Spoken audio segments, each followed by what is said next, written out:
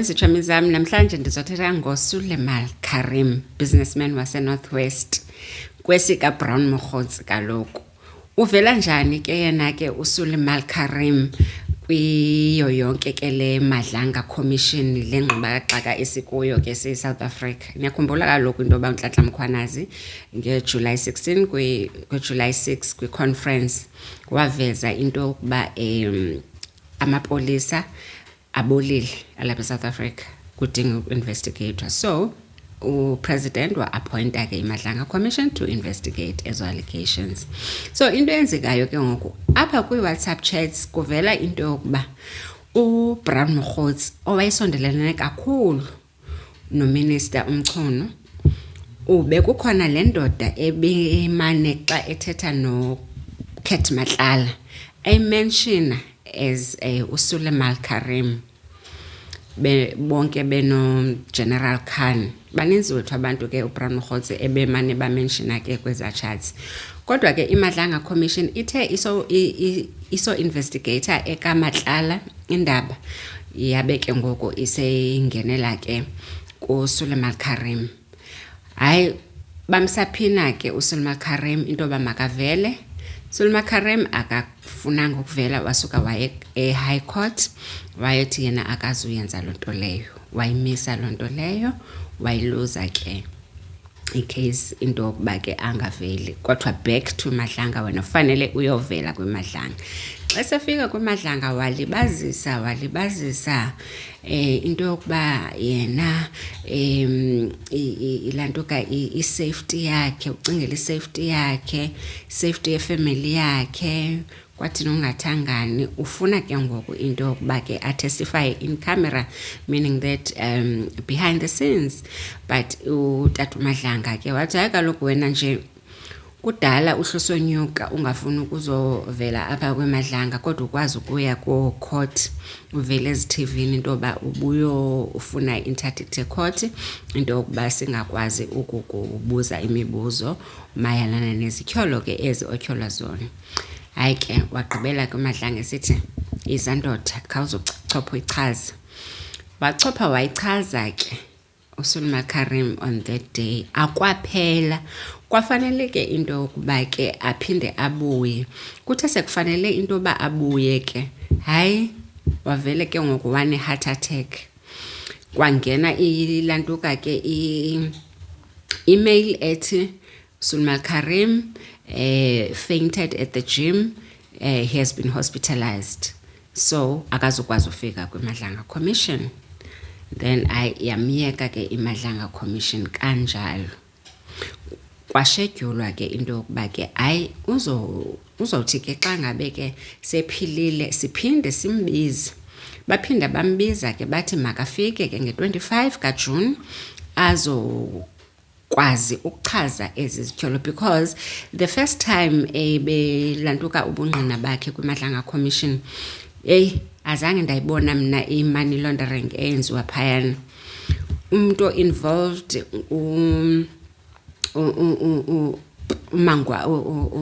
uMawumela,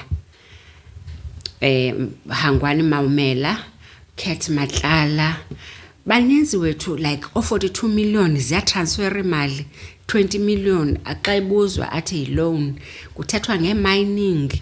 Ininzi into ebekufanele into yokuba uSuleiman Karim afike azoyichaza.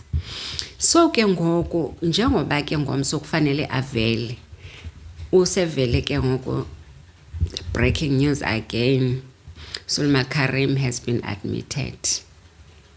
So sesinye istunt ke ngoku futhi asenzayo xa kufanele into yoba avele kwi-commission. Ngomso ke akazuba khona. Kodwa ke ngoku niyakhumbula mos into iMadlanga Commission eyenzileyo on Monday xa ngabe uMike van Wyk engaveli. Yavele yathi Madlanga, okay sizoqhubha ke noba ungekho, hlala apha phantsi wena lawyer sizombheca lo sibonise iSouth Africa amanyundululu akhe and the WhatsApp messages kulapho sibone khona ke ezi videos zika Mike van Wyk elantuka kupakishwe drugs kuthini akakwazanga ukuziphendulela ke because kaloku uthi une panic attacks and ukwi-psychiatric hospital and kaloku imadlanga ngeke ikwazi ukuyiprova lonto leyo into ba i-mental health yakhe i-right na kodwa ke yenza sure into ba njengoba nabo bene deadline into ba by the 30th of August kufanele babe sebegqibile ilantuka yabo zonke ezinto ekufanele bazenze witnesses bazibize by the 30th nje kufanele kuqala ucompile i-report and bayisende ku president so abanaxesha labantu abazigulisayo so ke ngoku we anticipate into yokuba xa ngabe uSuleiman Karim ngomso kufika iziloya zakhe ke kudebatewa kuzokwenziwa esika Mike van Wyk izoqhubeka zonke bazothi go through all the WhatsApp messages zakhe noba yena akekho sekuyoba kuye ke ngoku into yokuba ke afike azoziphendulela niyaqonda and then ke ngoku ke ndizon update ke ngomso into yoba kuhambe kanjani about uSuleiman Karim and then ezintsha futhi zika Kate Matlala wethu kaloku ngoku ke ikatela imnyama lethu hayi kuthiwa ke usesayine i-plea deal ke etsho into yokuba ke uzochaza yonke into state witness so sizova ke ngomso into ba izofanelaza ithini noba bengekafuni ukuyiveza kakuhle but nje kukhona amache onto ba uKate Matlala usayine i-plea deal because ilantuka he has been separated from kulawa matyala alamapolisa ye-360 million tender yaka SAPS so akasekho ke ngoku xa ngabe ezobizwa ngoku akazudityaniswa noFani Masemola kule nto yabo yethenda elakhe ityala nje lizoba secaleni yedwa into eyenzeke namhlanje ke leyo ngoKate Matlala sizawuva ke ngomso ngoba ingathi uyabuyela ecourt ngomso siphinde size ke kuJulius Mkhwanazi hayi andimazi uJulius Mkhwanazi namhlanje because kaloku niyakhumbula into ba izolo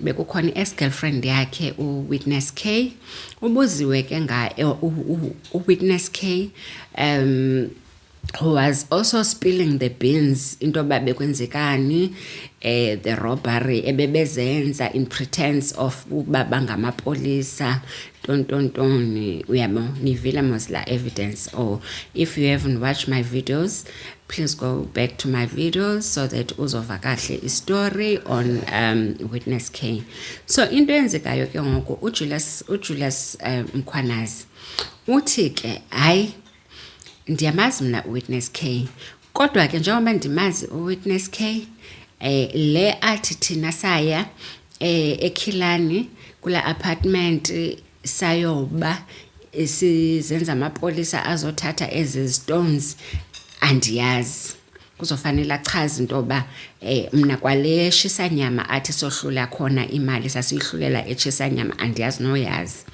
uyaphosisa hayi namhlanje ebengathi uzithe engasaphenduli engasadeleli uJulius Mkhwanazi engasadeleli ude wathi ke uCommissioner Khumalo yabona ke Commissioner Mkhwanazi we are not here to play games because ngoku usenza abantwana lento yakho yokuphika into iobvious ubuzwa le avele acho sonke he was just trying to be evasive nje ndokuxelela uJulius Mkhwanazi namhlanje ayikho into ebalulekileyo ongathi uyichilo ukubona ubebamba abamba and then xa kuthethwa nge-organogram yecompany or yaphayana JMPT EMPD yes usethi ke hayi le organogram i-wrong. Bayisusile le truck hijacking unit. Caba uRhemeke wayezicreatele i-unit yakhe edila ne-truck hijacking unit. Apho kubanjwe i-WhatsApp messages ethetha no Mike van Wyk into yokuba uyazi ntoni xa ngabe ungaza as a security company usebenzisane ne-EMPD kulandelwe ezi truck hijackings, ungathi xa ngabe uyilandele loo nto ufumane i-10%. Zi-WhatsApp chats, hayi waphika wathi hayi yena akayazi loo nto, wayemxelela nje into yoba there are opportunities kwathini ungathangani. Kuthiwa ke ngoku wena ubiza umntu ngaphandle into yoba uzosebenzisa u-EMPD and do this truck hijacking ntonton. So uJulius Mkhwanazi kahle kahle ube yi-criminal, but i-criminal ezimele ngobupolisa, because uyabona into yokuba ubupolisa obu bekuyi-side hustle. The main job ebeyenza, it's either ngo-Mike van Wyk ufaka i-blue lights, kulandelwa ezi truck. Niyakhumbula Emmanuel Mbhense naye into yokuba kwakusolakala uthi kwakhona uhlale kuzezi operation ku-Emmanuel Mbhense walandelwa ukuze athi xa sebembulela athi niyahlupha mthatheni niyomlahla edamini. Niyakhumbula i-cable theft apha babonakala khona. Ngumgulukudu nje akwazi umuntu atyholwe kangaka ngezinto abe yena esithi umsulwa. Usethi ke ngoku ke weza ke ne-birth certificate yakhe from Home Affairs esithi ke ucela into yoba i-commission iclarify into yokuba yena uyi-South African citizen, wazalelwa apha eSouth Africa, because apparently abantu bathi akekho umntu wakwaMkhwanazi waseLimpopo, so naye uyi-illegal immigrant makahambe. Uthi ke so ke commissioners mhla ka-30 June nje ndicela ukuba safe because nazi izinto zam ndazalelwa apha eSouth Africa nayo yonke into.